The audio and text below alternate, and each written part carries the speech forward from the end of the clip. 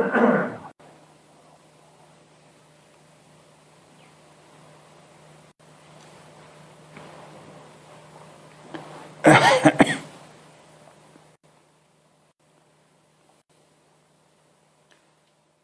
باللہ من الشیطان الرجیم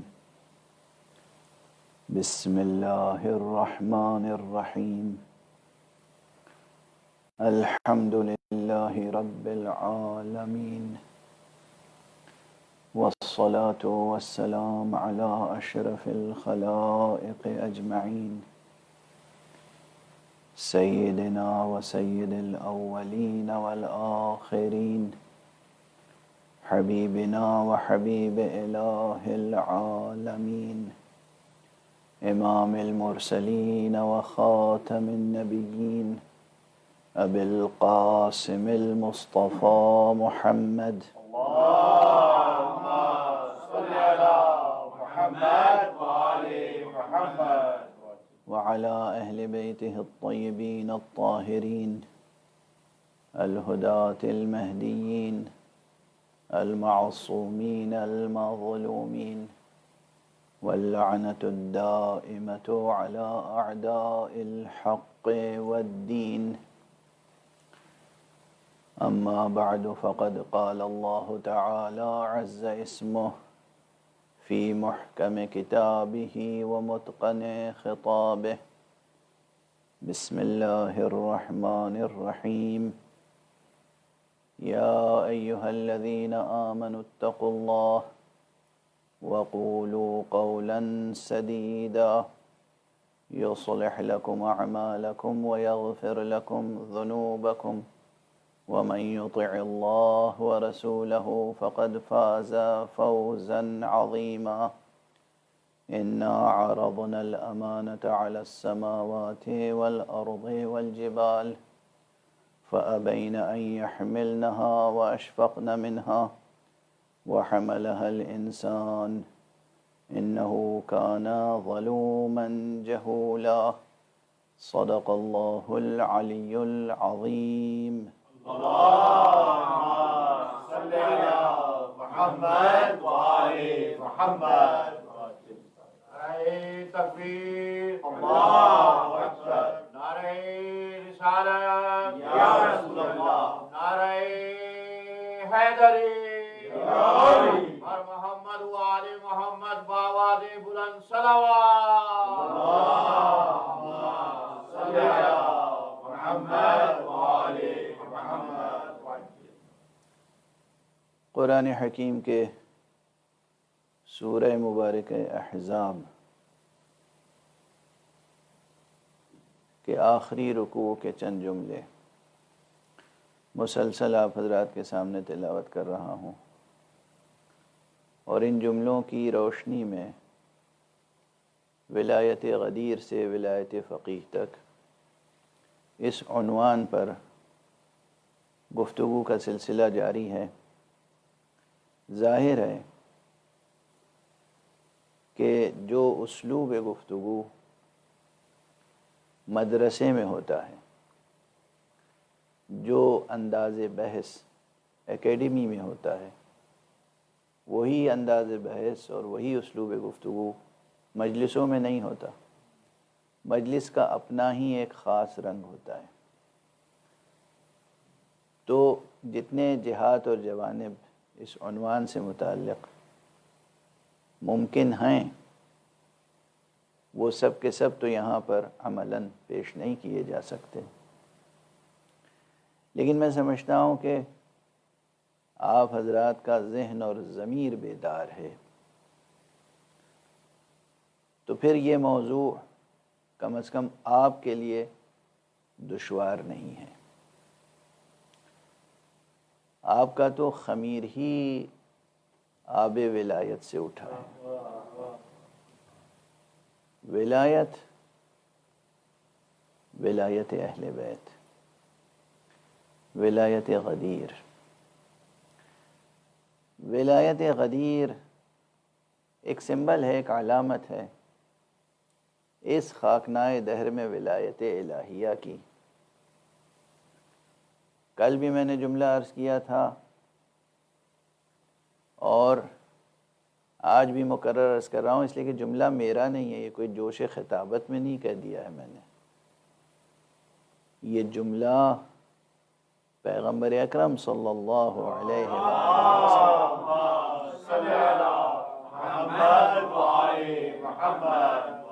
کی زبان مبارک سے ادا ہوا ہے کہ جو علی کی ولایت کا انکار کرے اور جو علی کی ولایت میں شبہ کرے، جو علی کی ولایت میں شک کرے، وہ گویا توحید کا منکر ہے، توحید میں شبہ کرنے والا ہے، توحید میں شرک پیدا کرنے والا ہے۔ اور یہ مضمون روایت، یہ مضمون کسی ایک دو حدیث میں نہیں آیا ہے، بلکہ میں یہ دعویٰ کر سکتا ہوں علمی اعتبار سے کہ یہ مضمون تقریباً تواتر معنوی رکھتا ہے۔ اور اگر انسان دیکھیے، بہت سے حضرات ہیں کہ جیسے ہی امیر المومنین علی ابن ابی طالب علیہ السلام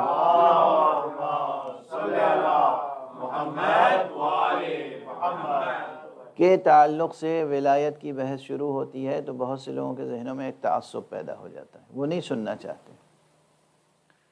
مولا امیر المومنین علیہ السلام کے فضائل، مناقب، معجزات نہیں سننا چاہتے، بالکل ویسے ہی معجزات انہی مخالفین، متعصبین، نواصب نے اپنے بزرگوں کے لیے نقل کیے ہیں۔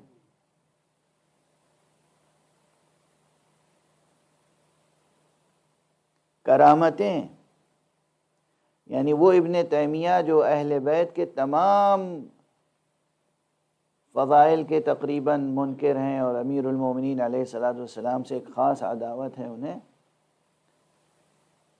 اور وہ فضائل و معجزات و کرامات کا انکار کرتے ہیں، خود ان کے تعلق سے ان لوگوں نے کیا کیا کرامتیں نقل فرمائی ہیں، کتابوں میں دیکھ لیجیے۔ تو اگر امیر المؤمنین علی ابن ابی طالب علیہ السلام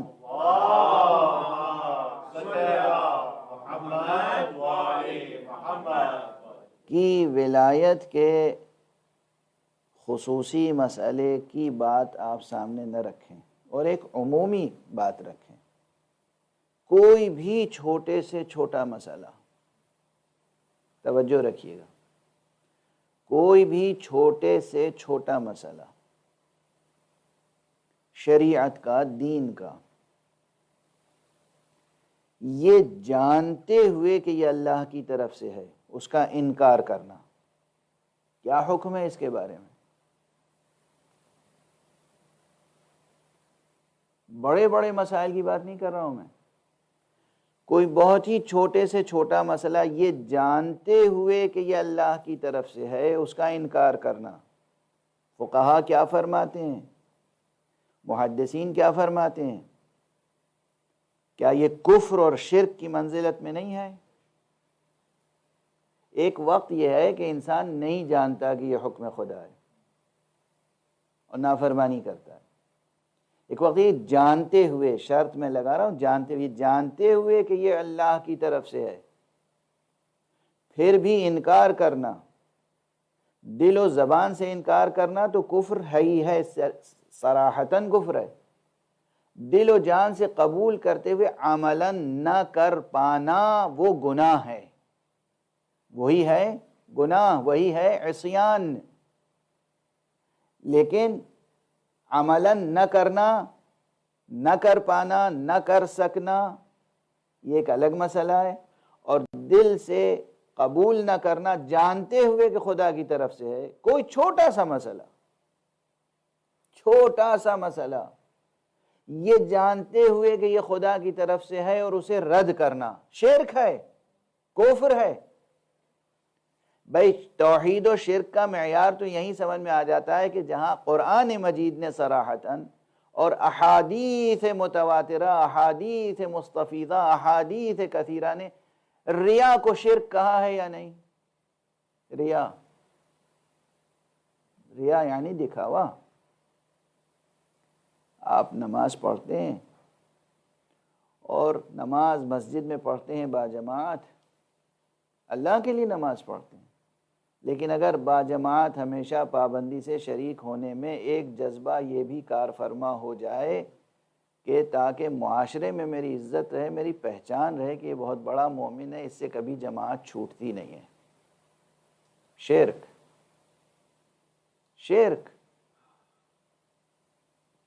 نماز پڑھنے کے دوران قرأت، آپ صحیح قرأت کے ساتھ نماز پڑھیں، بہت اچھی بات ہے، لیکن یہی قرأت بلند آواز سے اگر آپ کریں اور دوسروں کو سنانے کی غرض سے کہ وہ آپ کو داد دیں، تحسین کریں، آپ کی تعریف کریں، کیا اچھی قرأت ہے، شرک، نماز گئی، باطل۔ واضح ہے؟ ریا شرک ہے، چھوٹے سے چھوٹا کوئی مسئلہ یہ جانتے ہوئے کہ خدا کی طرف سے ہے اور پھر اس کا انکار کرنا شرک ہے۔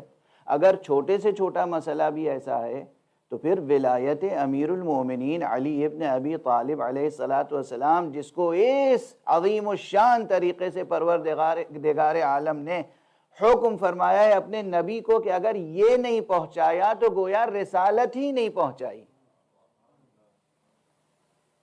پھر اس کا اگر انکار کرے کوئی تو کفر نہیں ہوگا؟ اس میں شبہہ پیدا کرے تو توحید میں شبہے کے مترادف نہیں ہے، اس میں اگر شک کرے تو گویا توحید الہی میں شک کے مترادف نہیں ہے،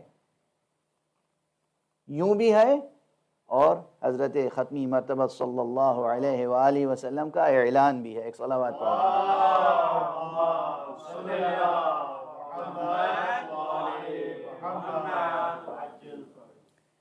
لیکن یہ یاد رکھیے، میں نے کل جو گزارش کی تھی اور مکرر آپ کے سامنے عرض کیا کہ اس ولایت سے مراد، اس ولایت کا دار و مدار صرف زبانی اقرار پر نہیں ہے، اگر دل میں یقین ہے اور زبان سے اعتراف ہے تو یہ اعتراف کام آئے گا، لیکن اصل دار و مدار عمل پر ہے، عمل، عمل اور عمل۔ یہ اور بات ہے کہ جب ہم عمل کی بات کرتے ہیں تو یہ میں عرض کر چکا ہوں، غالباً یہ جملہ آپ حضرات کے ذہنوں میں ہوگا کہ تقویٰ کی جو تعریف میں نے پیش کی ہے وہ یہ ہے کہ علم کی روشنی میں عشق کے جذبے کے ساتھ عمل کا نام ہے تقویٰ۔ کاش یہ محفوظ رہ جائے۔ اب ڈکشنریاں نہ کھنگالیے گا تقوی کے کیا معنی ہے۔ علم کی روشنی میں عشق کے جذبے کے ساتھ عمل کا نام ہے تقویٰ۔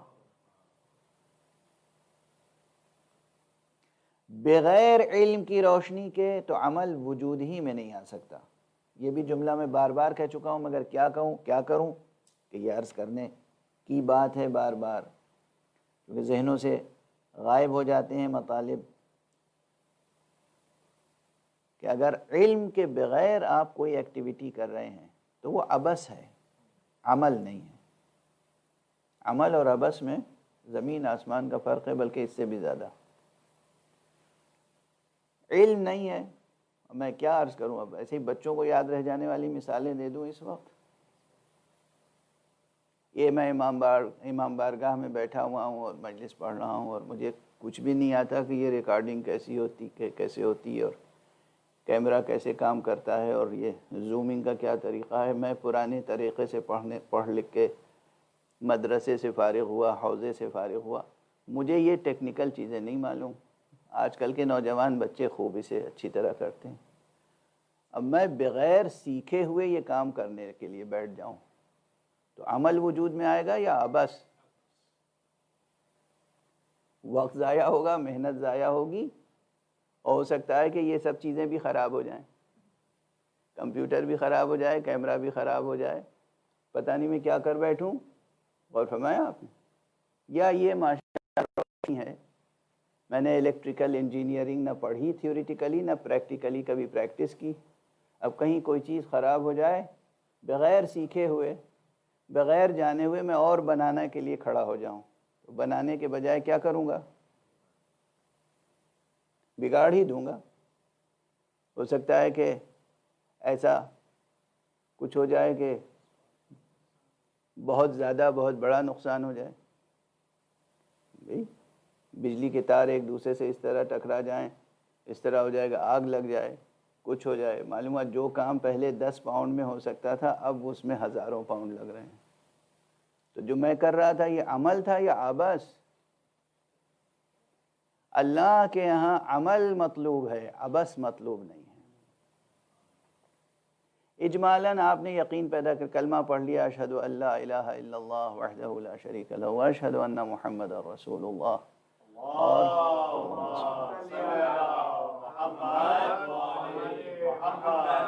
واشہد ان علیٰ ولی اللہ، ایک صلوات اس پر بھی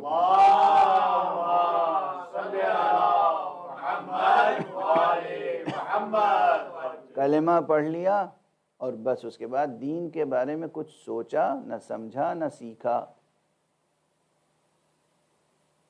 اور کام کر رہے ہیں یہ جو کچھ کر رہے ہیں بغیر سیکھے ہوئے، نماز ہو، روزہ ہو، حج ہو، زکوٰۃ ہو، روزمرہ کی زندگی ہو، بغیر احکام سیکھے ہوئے عمل کرنا کار عبث ہے، یہ یاد رکھیں۔ تو تقوی اور عمل کی بنیاد بھی کس چیز پر ہے؟ علم پر۔ علم کے بغیر عمل وجود میں نہیں آ سکتا۔ یہاں ٹھہر کے ایک بات اور عرض کر دوں کہ علم اور عمل کا ایک خاص رشتہ ہے جو ٹوٹ نہیں سکتا۔ جس طرح حضور علیہ الصلاۃ والسلام نے ثقلین کی تعریف کی ہے نا،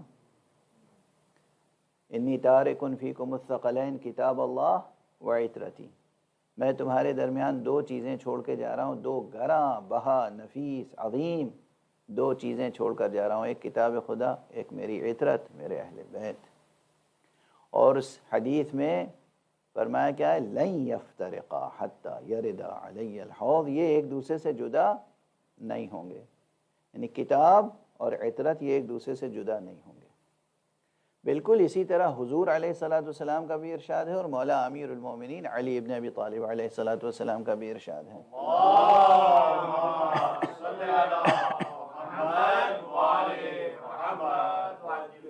فرمایا ہے کہ العلم مقرون بالعمل، نہج البلاغہ میں بھی موجود ہے اور دوسرے مجموعوں میں بھی موجود ہے، العلم مقرون بالعمل۔ اس کا ترجمہ میں اپنے انداز میں یہ کروں کہ علم اور عمل دو جڑواں حقیقتیں ہیں۔ العلم مقرون بالعمل، لوگوں نے اس کا ترجمہ یہ بھی کیا ہے کہ علم عمل سے وابستہ ہے۔ العلم مقرون بالعمل، علم اور عمل دو جڑواں حقیقتیں۔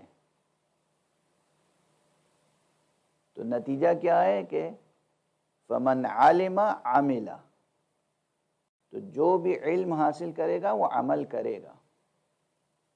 والعلم یہتف بالعمل، اور علم عمل کو آواز دیتا ہے۔ فإن أجاب وإلا ارتحل عنه، اگر علم کی آواز پر عمل وجود میں آ گیا تو علم بھی وہاں ٹھہرتا ہے۔ وإلا ارتحل عنه، ورنہ اگر وجود میں نہیں آیا، عمل اگر وجود میں نہیں آیا، علم کے تقاضے پر عمل وجود میں نہیں آیا، علم کے تقاضے پر عمل وجود میں نہیں آیا تو علم بھی وہاں سے فرار کر جاتا ہے، علم پھر ٹھہرتا نہیں ہے۔ اس دلاویز ارشاد نبوی اور ارشاد مرتضوی کا خلاصہ کیا ہے؟ خلاصہ یہ کہ علم اور عمل جڑواں حقیقتیں ہیں۔ اور ثقلین کی مثال جو میں نے دی وہ بھی یہ سمجھنے کے لیے کافی ہے کہ قرآن ہے بمنزلہ علم، عطرت مصطفیٰ ہے بمنزلہ عمل، یہ ایک دوسرے سے جدا نہیں ہو سکتے۔ نہ عطرت قرآن سے جدا ہو سکتی ہے، نہ قرآن عطرت سے جدا ہو سکتا ہے۔ یہ علم اور عمل کا وجودی رشتہ ہے، یاد رکھیں، یہ علم و عمل کا وجودی رشتہ ہے۔ تو اگر علم ہوگا ہی نہیں سرے سے تو وہاں عمل وجود میں نہیں آ سکتا۔ وہ عمل جو منظور الہی ہے، وہ عمل جو مطلوب شریعت ہے، وہ عمل جو محبوب فطرت ہے، وہ عمل جو اس دار فنا میں باقی رہنے والا ہے، وہ عمل جو اس دار فنا میں بقا آشنا حقیقت کے طور پر ہے، وہ صرف علم اور عمل ساتھ میں ہوگا تو وہ عمل وجود میں آئے گا، ورنہ عمل وجود میں نہیں آ سکتا۔ ایک صلوات پڑھ دیں محمد۔ اللهم صل على محمد وآل محمد۔ تو علم بہرحال عمل کرنے کے لیے بھی علم سیکھنا ہوگا، اور ویسے بھی قرآن نے، رسول نے، ائمہ اطہار نے بار بار توجہ دلائی ہے، علم حاصل کرو، علم حاصل کرو، علم حاصل کرو، علم حاصل کرو۔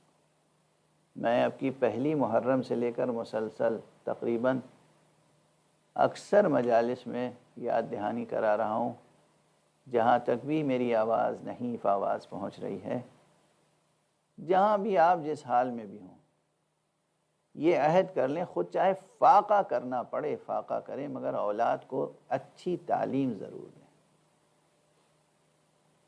اور تعلیم بھی بہترین تعلیم، آج کے جدید سائنسی علوم کی تعلیم، جدید سائنسی علوم کی تعلیم۔ دینی تعلیم فروغ پاتی ہے، پاتی رہے گی انشاءاللہ۔ جن بچوں میں سچا جذبہ، جن والدین میں سچا جذبہ علم دین حاصل کرنے کا ہو، وہ علم دین حاصل کریں اور اپنے بچوں کو علم دین کے لیے بھیجیں۔ لیکن اگر سچا جذبہ بچوں میں علم دین حاصل کرنے کے لیے نہیں ہے تو انہیں پش نہ کریں، انہیں بھیجیں نہیں، زبردستی نہ بھیجیں، جسے بہت سادہ زبان میں کہہ سکتا ہوں، جبر نہ کریں ان پر، لیکن احکام الہیہ کا علم حاصل کرنے کے لیے ضرور جبر کریں، واجب اور حرام کا علم حاصل کرنے کے لیے جبر کریں، یہ لازمی ہے۔ بغیر احکام کا علم حاصل کیے ہوئے صحیح عمل وجود میں نہیں آ سکتا۔ اور اس کے علاوہ یعنی جو مقدار واجب ہے، جو واجبات ہیں ہمارے واجبات کا علم حاصل کرنا واجب ہے، اور واجبات کا علم جس کے پاس ہو دوسروں کو تعلیم دینا بھی واجب ہے، اور اس واجب کی تعلیم پر اجرت لینا حرام ہے۔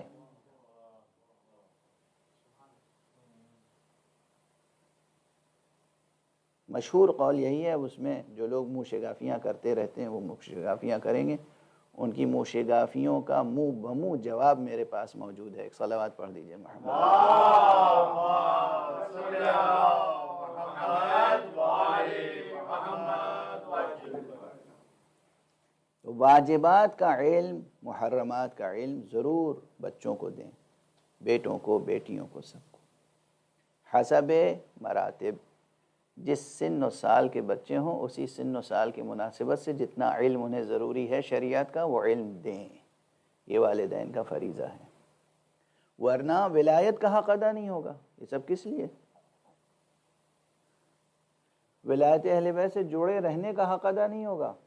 نظام ولایت، میں نے کہا ولایت کا نظام اصلاً عمل پہ دار و مدار ہے۔ اس کے علاوہ، واجبات کے علاوہ، فرائض کے علاوہ دنیاوی علوم، سائنس کے علوم، سائنس کے علوم، وہی نسبت ہے جو میں عرض کر چکا ہوں، پھر عرض کر رہا ہوں، اور جب تک اب جیوں گا عرض کرتا رہوں گا کہ قرآن مجید میں 6000 سے زیادہ آیتیں ہیں۔ 6000 میں کتنی آیتیں آیات الاحکام کہلاتی ہیں؟ 300 سے 500 کے درمیان، واجبات و محرمات۔ نماز واجب ہے، زکوٰۃ واجب ہے، غیبت حرام ہے، چوری کرنا حرام ہے، نکاح کے احکام یہ ہیں، تجارت کے احکام یہ ہیں، تجارت حلال ہے، ربا حرام ہے، یہ سب جو احکام سے متعلق آیتیں ہیں، یہ آیتیں 500۔ کل آیتیں کتنی ہیں قرآن مجید میں؟ 6000 سے زائد۔ یہ 6500 یا 6500 آیتیں، اس میں کتنی آیتیں ہیں جو زمین اور آسمان میں سیر کرنے اور زمین اور آسمان کی طرف توجہ کرنے اور زمین و آسمان و خلقت میں غور کرنے کے اوپر روشنی ڈالتی ہیں، اور صیغہ امر میں ہیں بہت سی آیتیں۔ یہ آیتیں تقاضا کرتی ہیں کہ آپ اپنے بچوں کو سائنس کی تعلیم دیں۔ سائنس کی تعلیم دیں گے تو یہ کائنات بھی تسخیر کریں گے اور اس کرۂ ارض کے حالات پر بھی آپ کی قدرت اتنی مستحکم ہو جائے گی کہ آپ ولایت کا حق ادا کر سکیں اور آپ ولی آخر کا صحیح معنی میں استقبال کر سکیں گے۔ ایک صلوات پڑھ دیجئے محمد۔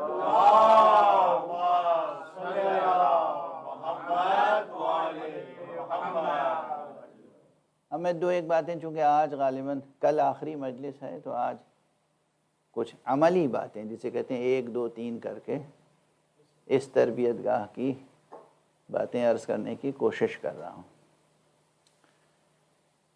کہ عملاً کیسے جڑے نظام ولایت سے۔ ولایت غدیر، وہی ولایت غدیر سے بات کر رہا ہوں۔ ولایت کے کیا معنی ہیں؟ صرف قصیدے پڑھنا؟ قصیدے پڑھنے کا ثواب کم نہیں ہے، بہت ہے، مگر ایک اچھا کام کرنے کا یہ مطلب نہیں ہے کہ دوسرے تمام کاموں سے معافی مل جائے گی۔ واضح ہے؟ صرف قصیدے پڑھنا، صرف منقبت پڑھنا، صرف نوحے پڑھنا، صرف نوحے کہنا، صرف ذاکری کرنا، میں کچھ نہ کروں اور صرف میرا کام یہ ہو کہ فضائل و مصائب کا بیان کر رہا ہوں، تقریریں کر رہا ہوں پوری دنیا میں گھوم گھوم کر، اور زندگی کا کوئی کام نہیں، شریعت کا کوئی کام نہیں، میرا کس خانے میں شمار ہوگا؟ یہ ولایت کا حق ہے؟ ولایت کے یہ تقاضے نہیں ہیں۔ ولایت کے تقاضے کہیں زیادہ ہیں عملی، اس دار دنیا میں۔ جب تک ہم اس دار دنیا کے بعد جو، اب یہ تو بحث اس دار دنیا کی ختم نہیں ہوتی تو دار دنیا کے بعد برزخ کی بات، اور برزخ کے بعد جو ہے یعنی عصر ظہور کی بات اور عصر ظہور کے بعد کی جو دنیا ہے اس کے تقاضوں پر تو گفتگو ہی نہیں ہوتی ہمارے ہاں، حالانکہ روح کے، نفس کے کامل سے کامل تر ہونے کا سلسلہ وہاں بھی جاری رہتا ہے۔ نفس انسانی کے کمال کا سفر برزخ میں بھی جاری رہتا ہے، اور وہی وہاں بھی کمال کا سفر طے کر سکے گا جس کے ہاتھوں میں دامان ولایت اہل بیت ہوگا، جس کے ہاتھوں میں دامان ولایت اہل بیت ہوگا، کوئی اور ولایت نہیں۔ اس دنیا میں آج امیر المومنین علی ابن ابی طالب علیہ السلام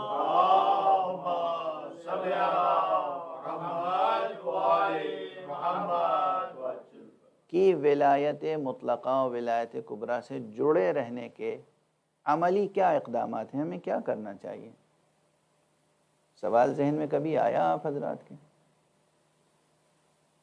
قصیدہ خوانی اپنی جگہ، فضائل مناقب کا بیان اپنی جگہ، اس کے علاوہ عملاً کیا کرنا ہے، علمی اور عملی ذمہ داریاں کیا ہیں؟ سب سے پہلے یاد رکھیں کہ ولایت کا تقاضا یہ ہے ہم سے کہ ہم دین کا علم، اپنے دین کا علم سوائے محمد و آل محمد کے اور کسی سے حاصل نہ کریں۔ ہم کسی اور سے جا کے نہیں پوچھیں گے حلال کیا ہے، حرام کیا ہے، ہم کسی اور سے جا کے نہیں پوچھیں گے واجب کیا ہے، مکروہ کیا ہے۔ ولایت کے واجب ہونے کا تقاضا یہ ہے کہ ہم اپنے دین کا ماخذ اور سرچشمہ صرف اور صرف اور صرف ائمہ اہل بیت علیہم السلام کو قرار دیں۔ یہ پہلی بات ہے۔ کس طرح اور صرف شریعت کے احکام تک بات نہیں ہے، اب میں اس میں شرائط کچھ اور بڑھاتا ہوں، اور میں اپنی طرف سے کیا بڑھاؤں گا، یعنی مقام بیان میں عرض کر رہا ہوں دین کا ماخذ، شریعت کا ماخذ، اسی طرح طریقت کا ماخذ، اسی طرح حقیقت کا ماخذ، یہ تمام مآخذ، یہ تمام مصادر، یہ تمام سرچشمے صرف اور صرف سلسلہ ائمہ اہل بیت کو ہونا چاہیے، اور ہمارے اخلاق اور آداب کے مآخذ ہماری زندگی میں قدریں کیا ہونی چاہیے، ہمارے اخلاق کا معیار کیا ہونا چاہیے؟ وہ اخلاق ہونا چاہیے جو مارکسزم نے تجویز کیا ہے، وہ اخلاق ہونا چاہیے ہمارا جو کمیونزم نے تجویز کیا ہے، وہ اخلاق ہونا چاہیے جو بولشوئزم نے تجویز کیا ہے، وہ اخلاق ہونا چاہیے جو کیپٹلزم نے تجویز کیا ہے۔ ہمارا اخلاقی نظام کیا ہونا چاہیے؟ ہمارا اخلاقی نظام بھی وہی ہونا چاہیے جو محمد اور آل محمد علیہم الصلاۃ والسلام۔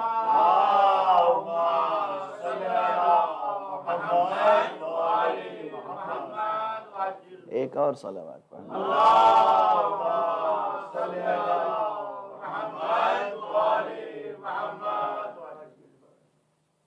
عشق اور محبت کے اپنے تقاضے ہوتے ہیں۔ جب ذکر مولا اور نام مولا زبان پر آتا ہے اور فضائل سامنے ہوتے ہیں، آتے ہیں تصور میں، تو طبیعت مانتی نہیں ہے۔ کل میں نے ذرا تیز آواز میں کچھ فضائل بیان کیے تو آج طبیعت بہت مزمحل ہو گئی۔ انشاءاللہ آپ حضرات کی صلوات پھر طاقت دے گی۔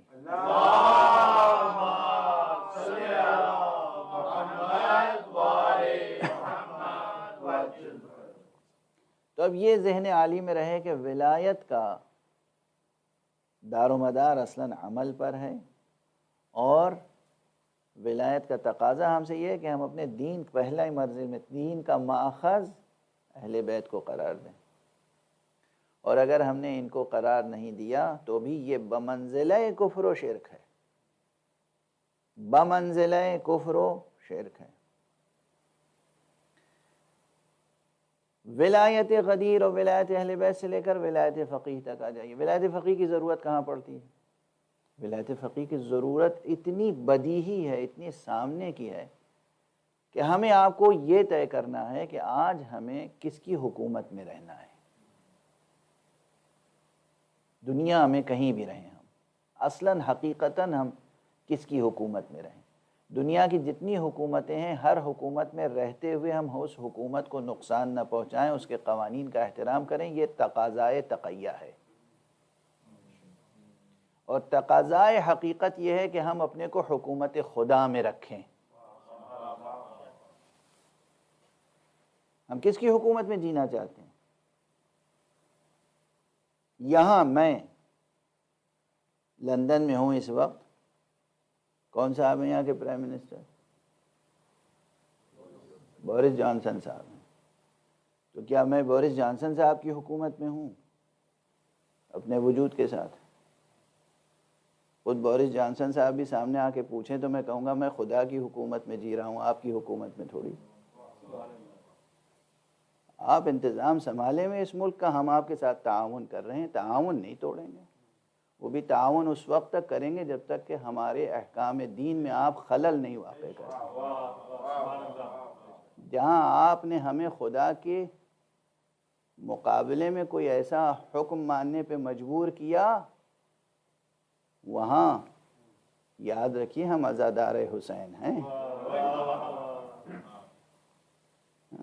یہ جذبہ ہونا چاہیے، میرا تو ہے، مجھے نہیں معلوم آپ حضرات کا جذبہ ہے یا نہیں۔ دنیا میں کہیں بھی رہوں، میں ہندوستان میں رہوں، امریکہ میں رہوں، لندن میں رہوں، ایران میں رہوں، عراق میں رہوں، حجاز میں رہوں، کہیں بھی رہوں، تقیہ کے اپنے حدود ہیں، تقیہ کے اپنے حدود ہیں، اور ولایت کے اپنے تقاضے ہیں۔ تو ولایت کا تقاضا یہ ہے کہ ہم دین کا سرچشمہ اہل بیت کو قرار دیں۔ اچھا، اب یہ جو سلیقہ ہے جینے کا، دیکھیے تقویٰ بھی ایک سلیقہ ہے جینے کا، اور تقیہ بھی ایک سلیقہ ہے جینے کا۔ تقیہ ایک سلیقہ ہے جینے کا، اور تقویٰ اور تقیہ جو ہے یہ دونوں لغوی اعتبار سے، ڈکشنری کے اعتبار سے، لغت کے اعتبار سے، زبان کے اعتبار سے یہ روٹ ورڈ ایک ہی ہے دونوں کا۔ تقویٰ اور تقیہ دونوں جو الفاظ ہیں اس کا روٹ ورڈ ایک ہی ہے، دو نہیں ہیں۔ یہ میں جملے کہہ چکا ہوں، پھر یاد دلا دوں آپ کو۔ تقویٰ نام ہے دین بچانے کا، تقیہ نام ہے دیندار کو بچانے کا۔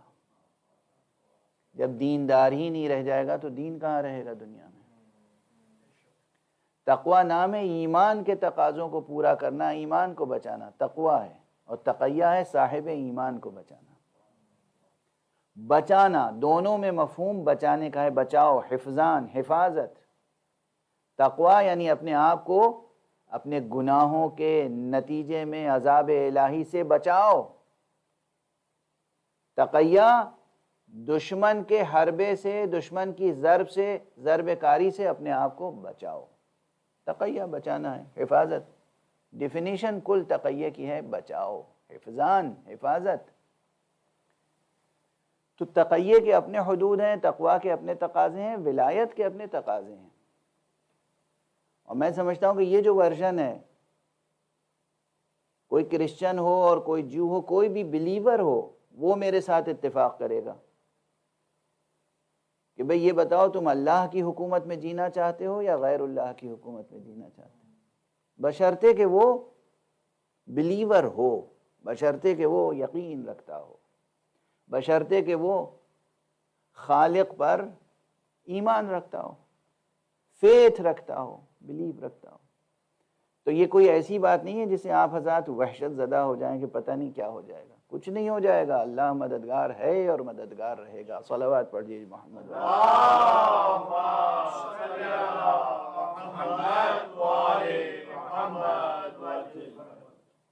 تقوی ایک وے آف لائف ہے، ایک سلیقہ ہے زندگی بسر کرنے کا کہ ہم گناہ میں مبتلا نہ ہونے پائیں۔ تقوی ایک ایسا سلیقہ ہے زندگی بسر کرنے کا کہ مکروہات میں دامن نہ الجھ جائے۔ اگر راستہ ایسا وسیع ہے، کبھی بھری برسات میں کیچڑ دلدل میں راستہ پیدل طے کرنے کا تجربہ ہے آپ کو؟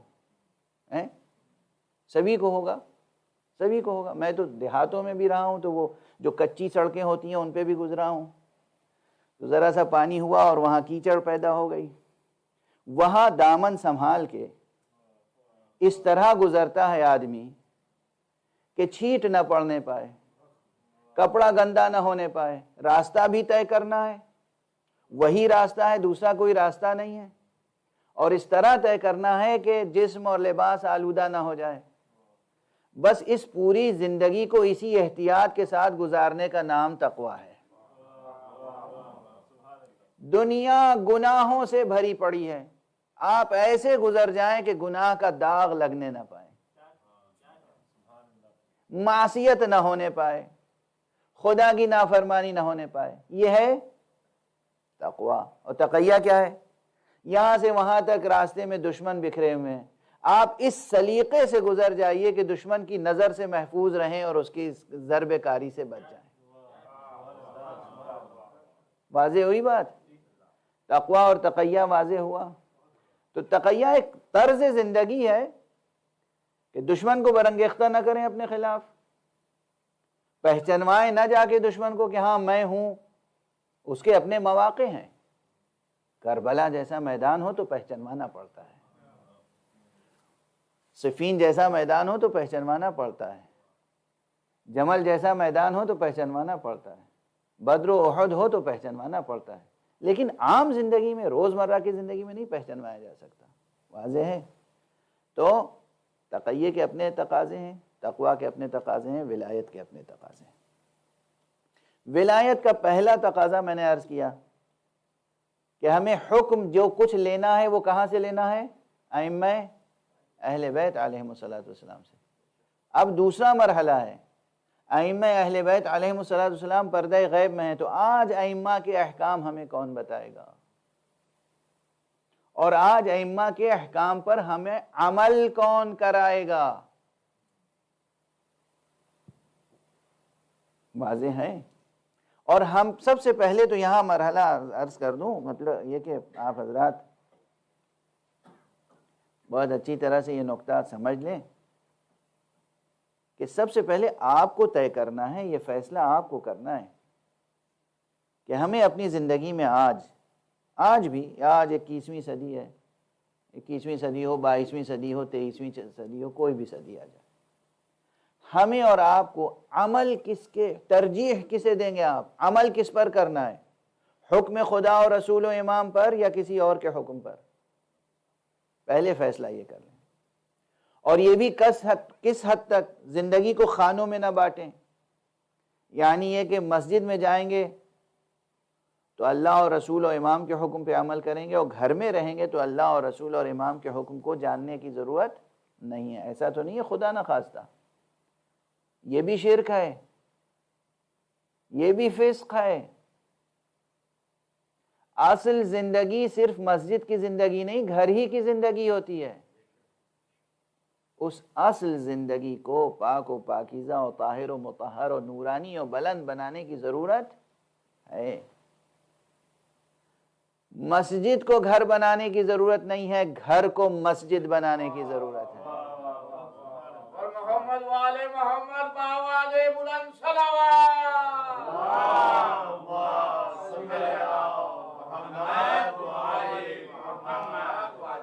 مجھے اندازہ نہیں تھا کہ آپ اس طرح کے جملوں پہ بھی نعرے بھیجتے ہیں۔ صلوات پڑھ دیجئے محمد۔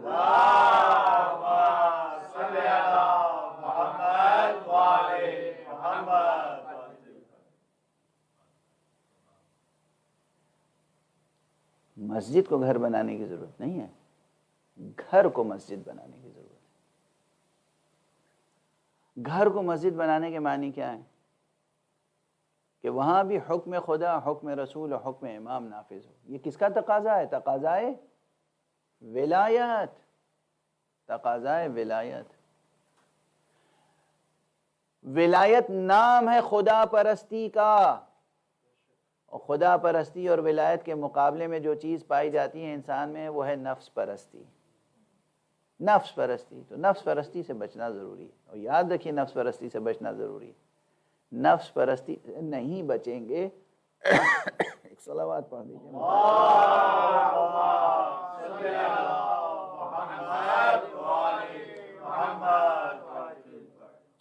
تو صرف دینی اعتبار سے نہیں، دنیاوی اعتبار سے بھی زندگی تباہ ہو جائے گی، تباہ۔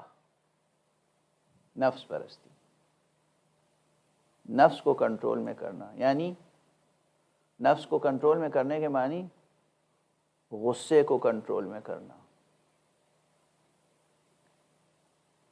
خواہشوں کو کنٹرول میں کرنا۔ غصہ بھی شامل ہے اس میں، صرف خواہشوں کو نہیں، غصہ بھی۔ آپ کو کسی کی واقعی غلطی پر، کسی بالکل صحیح حکم کے تحت بہت غصہ آیا، تو کیا یہ غصہ صحیح ہے؟ اس غصے کو بھی کنٹرول کرنے کی ضرورت ہے۔ واضح ہوئی بات؟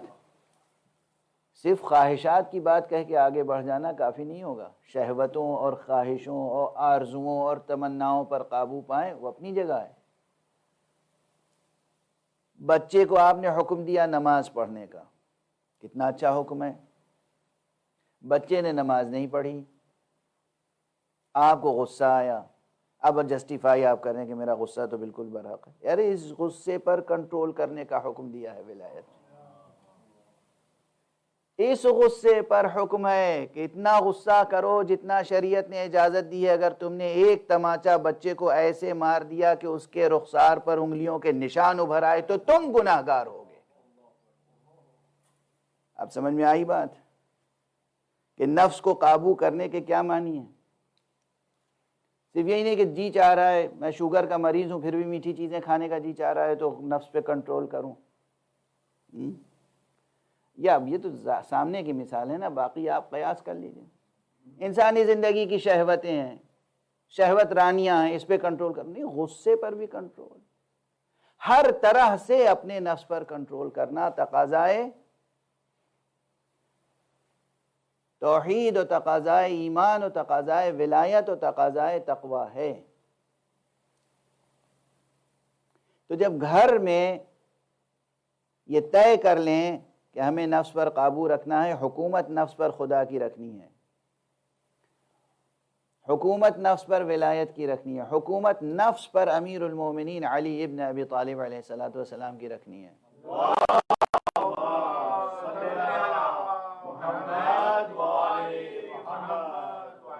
آج اچھی خاصی عملی گفتگو ہو رہی ہے۔ میں مسلسل کہہ رہا تھا کہ اصل میں یہ پورا نظام عمل پہ ڈیپینڈ کرتا ہے، عمل۔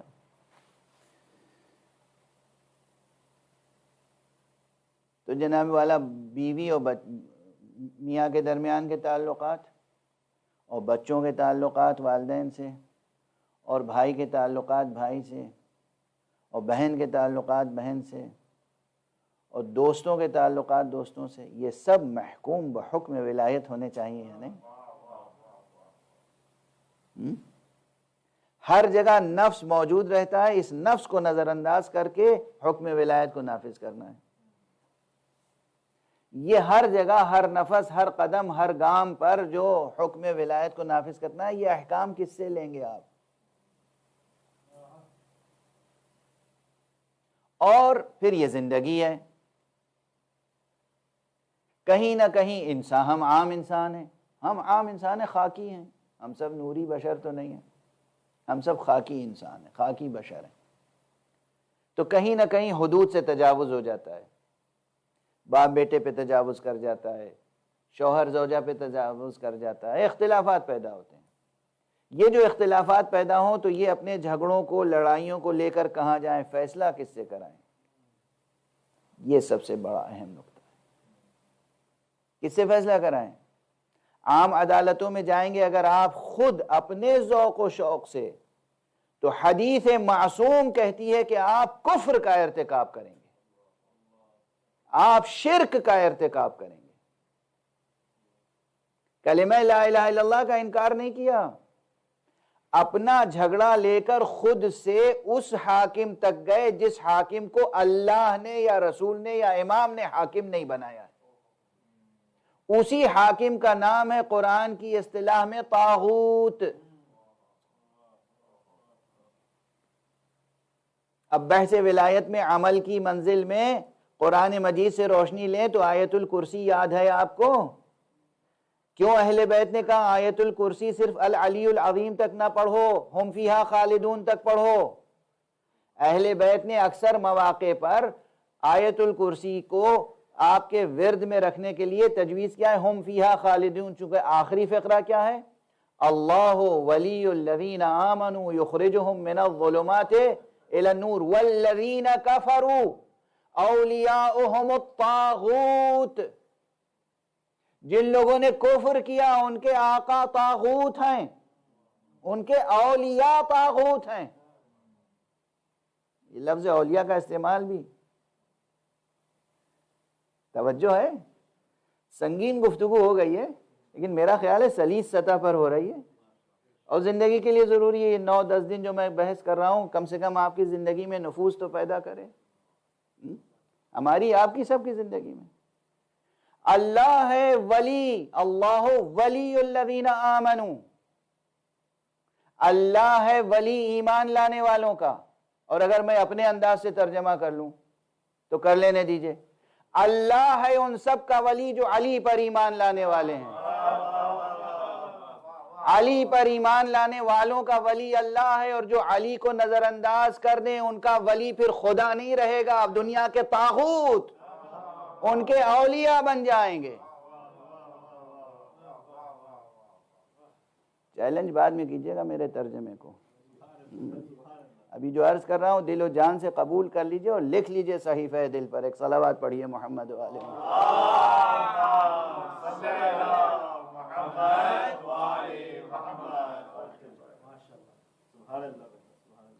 اب یہ آگے سامنے بیٹھ گئے، یہ علامت ہے کہ وقت ختم ہوا چاہتا ہے، اور میری عادت ہے جب طبیعت بہت کمزور ہوتی ہے اور آہستہ آہستہ گفتگو کرتا ہوں تو پھر جلدی تقریر ختم نہیں کرتا ہوں۔ بہرحال اب یہ طے کیجیے آپ حضرات کہ مجھے ختم کر دینی چاہیے یا جاری رکھنا چاہیے۔ ایک صلوات پڑھ دیجئے محمد۔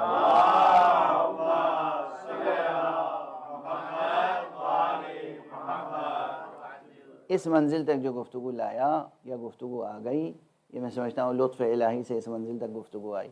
گھریلو جھگڑوں میں، چاہے وہ میاں بیوی کے جھگڑے ہوں، نکاح و طلاق کے جھگڑے ہوں، اور چاہے وہ زمین جائیداد پراپرٹی کے جھگڑے ہوں، امام جعفر صادق علیہ الصلوۃ والسلام اب یہاں دیکھیے، ہاتھ جوڑ کے عرض کر رہا ہوں کہ یہاں اصولی اخباری کوئی جھگڑا نہیں ہے۔ کتاب شریف کافی، الکافی، اصول کافی، فروع کافی، یہ کتاب کافی علامہ ثقۃ الاسلام شیخ ابو جعفر محمد ابن یعقوب کلینی، یہ تمام اخباری حضرات بھی قبول کرتے ہیں اس کتاب کو۔ وہ تو کہتے ہیں اس کتاب کی ہر حدیث ہمارے لیے حجت ہے، سر و چشم، ٹھیک۔ اس کتاب کافی میں بھی یہ روایت موجود ہے۔ علامہ شیخ صدوق، شیخ صدوق کی کتاب من لا يحضره الفقیہ، اس میں بھی یہ روایت موجود ہے۔ علامہ شیخ طوسی کی کتاب تہذیب الاحکام، اس میں بھی یہ روایت موجود ہے۔ تو جتنے حدیث کے مستند ترین مآخذ ہیں اس میں موجود ہے امام جعفر صادق علیہ السلام کی یہ حدیث۔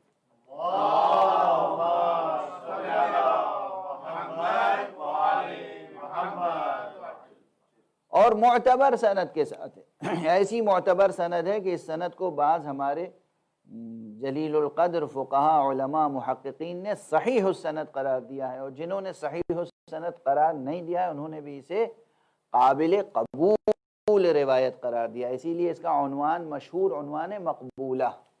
حدیث کی جو قسمیں ہیں مقبولہ یعنی جسے قبول کر لیا گیا ہو مقام عمل میں، مقام فتویٰ میں، ٹھیک ہے۔ تو یہ مقبولہ ابن حنظلہ کہلاتی ہے۔ ابن حنظلہ ایک شخص ہے جو امام جعفر صادق علیہ السلام کے پاس حاضر ہوتا ہے اور کہتا ہے کہ آقا، دو سوال بنیادی طور پہ کیے ہیں۔ اس پوری حدیث میں محوری دو باتیں ہیں۔ ایک یہ کہ آقا ہمارے درمیان اگر اختلاف ہو تو ہم اپنے اختلاف، اپنے جھگڑے کس سے جا کے فیصلے کرائیں، اور دوسرا حصہ یہ ہے کہ آپ سے یعنی اہل بیت سے جو روایتیں آتی ہیں ان روایتوں میں کبھی کبھی اختلاف ہے، ایک روایت کچھ کہتی ہے، ایک روایت کچھ کہتی ہے، تو ہم کس روایت کو قبول کریں، کس روایت کو کس روایت پر ترجیح دیں۔ پوری تھیم جو ہے اس روایت کی جو مقبولہ ابن حنظلہ ہے یہ ہے۔ اس میں امام پہلے جز میں جھگڑا، لڑائی، اختلاف، نزاع، اس موضوع پہ کہتے ہیں کہ تم میں سے اپنے جھگڑے لے کر اگر عام حکام کے پاس جاؤ گے اور ان حکام سے فیصلہ کراؤ گے تو یہ بمنزلہ شرک ہے، مضمون حدیث ہے۔ اب وقت نہیں ہے کہ میں عبارت پوری نقل کروں اور آپ کے سامنے ایک ایک لفظ، حد شرک تک پہنچ جائے گی بات۔ اور عملاً کیا ہے، اگر کسی ایسے حاکم نے تمہارے حق میں فیصلہ کیا اور جو فیصلہ کیا حقیقتاً وہ صحیح ہے، یعنی تمہاری چیز دوسرا غاصب تھا اس سے لے کر تمہاری چیز تمہیں دی، پھر بھی یہ چیز تمہارے لیے جائز نہ ہوگی، اس لیے کہ تم نے حکم کیا۔ حکم کس کو بنایا؟ منصف کس کو بنایا؟ منصف اس کو بنایا جس کو خدا نے، رسول نے، امام نے، ولی مطلق نے حکم نہیں بنایا تھا، منصف نہیں بنایا تھا۔ کہا پھر کیا کریں؟ کہا تم ان کے پاس جاؤ جو ہماری حدیثوں کی روایت کرنے والے ہیں اور ہمارے حلال و حرام میں غور کرنے والے ہیں۔ یہ حلال و حرام میں غور کرنا یہ کون کرتا ہے؟ ہر شخص۔ آپ کرتے ہیں؟ آپ کرتے ہیں یہ کام؟ آپ حضرات روایتیں پڑھتے ہیں عربی زبان میں اور اس میں سے غور کر کے نکالتے ہیں، استنباط کرتے ہیں حکم کہ کیسے حلال ثابت ہوگا، کیسے حرام ثابت ہوگا۔ جو لوگ یہ کام کرتے ہیں انہی کا نام ہے فقیہ۔ تو اگر ہم آج یہ فیصلہ کر لیں کہ ہمیں زندگی بسر کرنی ہے نظام الہی، نظام مصطفوی، نظام مرتضوی، نظام فاطمی، نظام حسنی، نظام حسینی کے مطابق ہمیں زندگی بسر کرنی ہے، گھر سے مسجد تک، مسجد سے گھر تک، گھر سے بازار تک، بازار سے گھر تک، گھر سے ایوان حکومت تک، ایوان حکومت سے گھر تک، ہمیں اپنی پوری زندگی، پوری انسانی زندگی حکم خدا، حکم رسول اللہ، حکم امیر المومنین علی ابن ابی طالب علیہ السلام کے ساتھ بسر کرنی ہے اس کے سائے میں۔ تو آج ہماری ضرورت ان فقہا کے لیے ہوگی، وہ فقہا ہماری زندگی کی ضرورت بنیں گے کہ جو حلال مصطفیٰ اور حرام مصطفیٰ کو بیان کرنے والے ہیں۔ ان سے وابستگی اس لیے ضروری ہے۔ یہ دنیا کے حکام فاسق حکام، فاجر حکام، ظالم حکام، مشرک حکام، کافر حکام، ان کی سازشیں ہیں کہ مومنوں کے درمیان ایسے افراد پیدا ہو جائیں جو علماء اور مومنین کے درمیان فاصلے بڑھا دیں۔ فائدہ کس کو ہوگا؟ علماء ربانیین، خدا پرست علماء، حق پرست علماء سے جب عوام کا فاصلہ بڑھ جائے گا تو فائدہ تو انہی کا ہوگا جو طواغیت وقت ہیں، جو طواغیت وقت ہیں، جو طاغوت ہیں۔ والذین کفروا اولیاؤہم الطاغوت، یہ طواغیت، یہ سرکش، یہ آپ کو اپنی غلامی میں رکھیں گے۔ اب آپ کو فیصلہ کرنا ہے، ایک جملہ عرض کروں، آپ کو فیصلہ کرنا ہے دنیا کے سرکشوں کا غلام بن کے رہنا ہے یا حسین کی بیعت کر کے حر بن کے رہنا ہے۔ واضح ہے؟ اصلی آزادی بیعت غدیر کے ساتھ وابستہ ہے۔ بیعت غدیر ٹوٹی تو آزادی نہیں ملے گی، غلامی ہی غلامی ہے، پھر قید اور بند اور غلامی مسلسل۔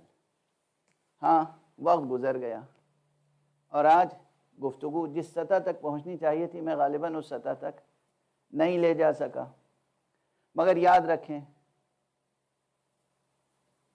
کہ اس ولایت کبریٰ اہل بیت کے تقاضے یہ ہیں کہ ہم آج علماء کی، یعنی ولی فقیہ کی بھی کہ نظام کو دل و جان سے قبول کریں۔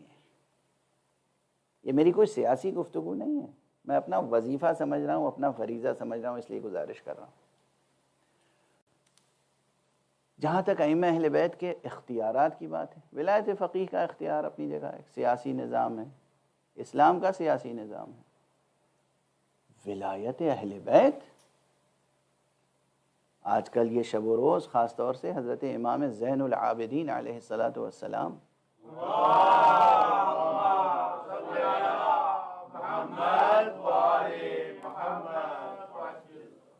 کے تذکرے کے لیے مخصوص ہونے چاہیے، تو دو تین فقرے عرض کر دوں۔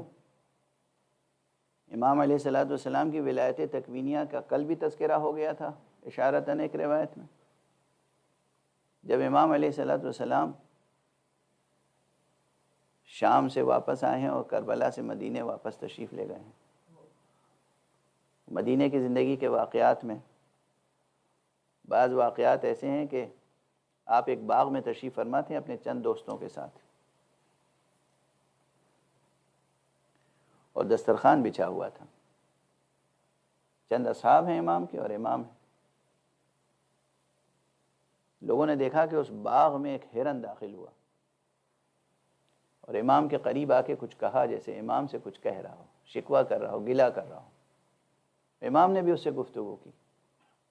لوگوں نے پوچھا آپ سے یہ ہرن کیا کہہ رہا تھا؟ دیکھیے یہ شان یا رسول کے ہاں پائی جائے گی یا ائمہ اہل بیت کے ہاں۔ امام علیہ السلام نے فرمایا یہ اپنے بھوک کی شکایت کر رہا ہے، کہہ رہا ہے 3 دن سے مجھے غذا نہیں ملی ہے، تو میں نے اس سے یہ کہا ہے کہ تم ہمارے ساتھ اس دسترخوان پر کھانا کھاؤ، لیکن دیکھو تم میں سے کوئی اسے ہاتھ نہ لگانا۔ اب وہ اصحاب تھے، کسی نے پیار سے، محبت سے اس کی پیٹھ پر، اس کے جسم پر ایسے ہاتھ پھیرا اور وہ فوراً، جیسے جانوروں کی جبلت ہوتی ہے کہ وہ بدک کے دور ہو گیا۔ امام نے فوراً دیکھا، کہا کہ تم میں سے کسی نے اسے ہاتھ لگایا ہے؟ کہا آقا بری نیت سے نہیں، ہم تو پیار کر رہے تھے۔ کہا مگر ہم نے منع نہیں کیا تھا تمہیں؟ اور پھر اس کو پکارا، آواز دی، اور جب اس کا پیٹ بھر گیا تو اس نے بلند آواز سے کچھ کہا۔ اصحاب نے پوچھا اب یہ کیا کہہ رہا تھا؟ کہا یہ تمہارے حق میں دعائیں کر رہا تھا۔ یہ حیوان کے ساتھ امام کا ربط، یہ ہوتا ہے ایک ولی خدا جس کی ولایت کبریٰ کا ہم کلمہ پڑھتے ہیں۔ یہ ولایت عام انسانوں کے پاس نہیں ہے، یہ ولایت مجتہدین کے پاس نہیں ہے، یہ ولایت فقہاء کے پاس نہیں ہے، یہ ولایت ہے۔ دوسری، بس ایک مثال، کل میں نے ایک جملہ عرض کیا تھا کہ ذرے ذرے پر، کائنات کے ذرے ذرے پر اللہ سبحانہ و تعالیٰ نے انہیں حق تصرف و حق ولایت عطا کیا ہے، خود عطا کیا ہے۔ تو بس اب اس فقرے کے ساتھ میں گفتگو کو تمام کرتا ہوں کہ امام علیہ الصلوۃ والسلام جب مدینے پہنچے ہیں تو جو اشخاص لے گئے تھے ساتھ میں، اس میں سے ایک شخص کا نام علی ابن یزید کہا جاتا ہے۔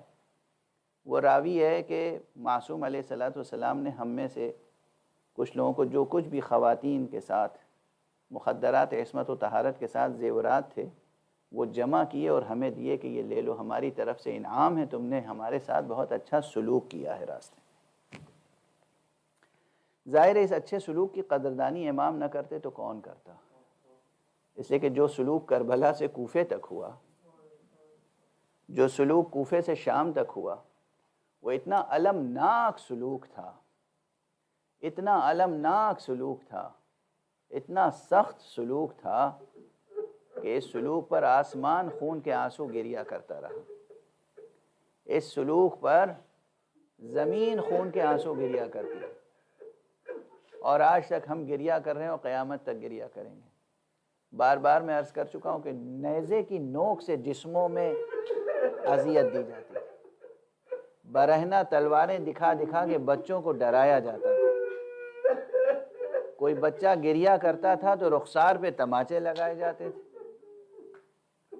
اس سلوک کے مقابلے میں جب شام سے واپسی کا سفر ہوا ہے تو جو گروہ لے کر آیا ہے اس نے بہتر سلوک کیا، تو امام قدردانی فرما رہے ہیں، امام قدردانی فرما رہے ہیں۔ امام نے مخدرات عصمت و طہارت سے زیورات لے کر جب دیے تو کہا آقا ہم نے اس دنیاوی انعام کے لالچ میں آپ کی خدمت نہیں کی ہے، اب تو ہمیں اجر چاہیے خدا سے، شفاعت چاہیے آپ سے۔ تو امام علیہ الصلوۃ والسلام نے علی ابن یزید کا یہ بیان ہے کہ کہا یہ سامنے جو ایک پتھر پڑا ہوا ہے اسے اٹھاؤ۔ یہ پتھر اٹھایا اس نے، ایک پتھر کا ٹکڑا، ایک سیاہ پتھر کا ٹکڑا۔ امام علیہ الصلوۃ والسلام، امام زین العابدین علیہ الصلوۃ والسلام اپنی انگشتر مبارک سے اس پر گویا مہر فرما دی، اور اس انگشتر کا نقش اس پر اتر آیا۔ کہا یہ اپنے پاس حفاظت سے رکھنا، یہ زندگی میں بہت کام آئے گا، ہر مصیبت میں تمہارے کام آئے گا۔ اور وہ شخص یہ کہتا ہے کہ زندگی بھر یہ میرے کام آیا، اور یہاں تک کہ رات کے وقت میں اس سے ایسی روشنی ہوتی تھی کہ اپنی کھوئی ہوئی چیزیں تلاش کر لیا کرتا ہے۔ یہ امام زین، یہ آپ کی ولایت ذرے ذرے سے لے کر قرہائے سماوی تک امام کی ولایت قائم ہے، لیکن اس کے باوجود مصیبتیں برداشت کی ہیں، اور کیسی کیسی مصیبتیں برداشت کی ہیں، کیسی کیسی مصیبتیں برداشت کی ہیں۔ میں آج کربلا پہنچنے کے واقعات ذکر نہیں کروں گا، اس سے پہلے میں بس ایک جملے پر اس گفتگو کو تمام کروں۔ کتنی مصیبتیں پڑی تھیں کہ جب آپ مدینے پہنچ گئے ہیں اس کے بعد بھی ایک عرصے تک آپ کے گلے سے، آپ کے بازوؤں سے اور آپ کی پنڈلیوں سے خون رستا تھا، قطرہ قطرہ لہو رستا تھا، قطرہ قطرہ اتنا زخمی ہو گیا تھا جسم مبارک، اتنا زخمی ہو گیا تھا جسم مبارک کہ ایک عرصے تک لہو رستا رہا، بدن سے بھی لہو رستا رہا، دل بھی لہو روتا رہا، آنکھوں سے بھی خون کے آنسو جاری رہے، یہاں تک کہ عزیزوں کو کہنا پڑا، ساتھیوں کو، دوستوں کو کہنا پڑا آقا کب تک گریہ فرمائیں گے؟ اور آپ نے پلٹ کے فرمایا تم نے ہمارے ساتھ انصاف نہیں کیا۔ ارے یعقوب کا ایک بیٹا یوسف نگاہوں سے اوجھل ہو گیا تھا، مگر کتنے دنوں تک گریہ کیا؟ اتنا گریہ کیا کہ آنکھیں بے نور ہو گئی تھیں۔ ہمارے سامنے تو 18 جوانان بنی ہاشم خاک و خون میں غلطاں کر دیے گئے، ہمارے سامنے تو ہمارے بابا کا لاشا گھوڑوں سے پامال کیا گیا۔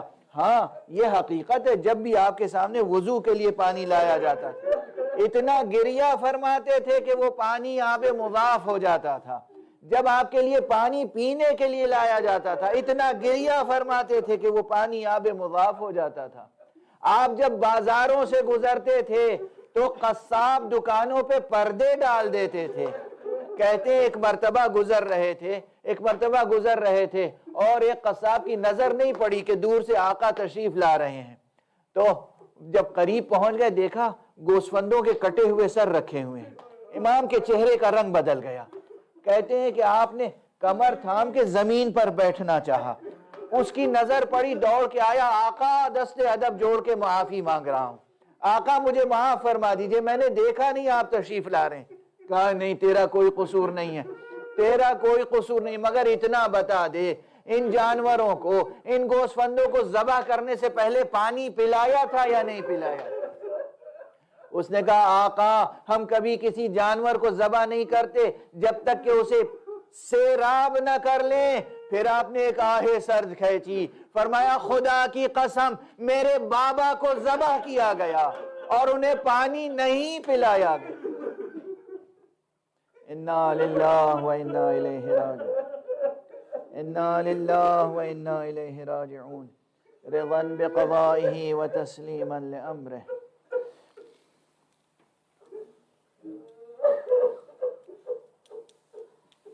پروردگار ہمیں علوم قرآن اور معارف اہل بیت سے آشنا فرما. پروردگار ہمیں حقیقتاً علما و عملا, ایمانا و تصدیقا ہمیں اپنی توحید اور نظام ولایت سے وابستہ رکھ. پروردگار ہمارے سینوں میں چراغ توحید روشن رہے. پروردگار ہمارے ہاتھوں میں دامان ختم نبوت رہے. پروردگار ہمارے قدم صراط مستقیم ولایت پر گامزن رہیں. پروردگار معبود ہمارے سروں پر علماء حق کا سایہ برقرار رکھ. پروردگار اپنے ولی آخر کو اذن ظہور عطا فرما اور ان کے ہاتھوں سے اپنی رحمت و رافت و عدالت کا پرچم رہے.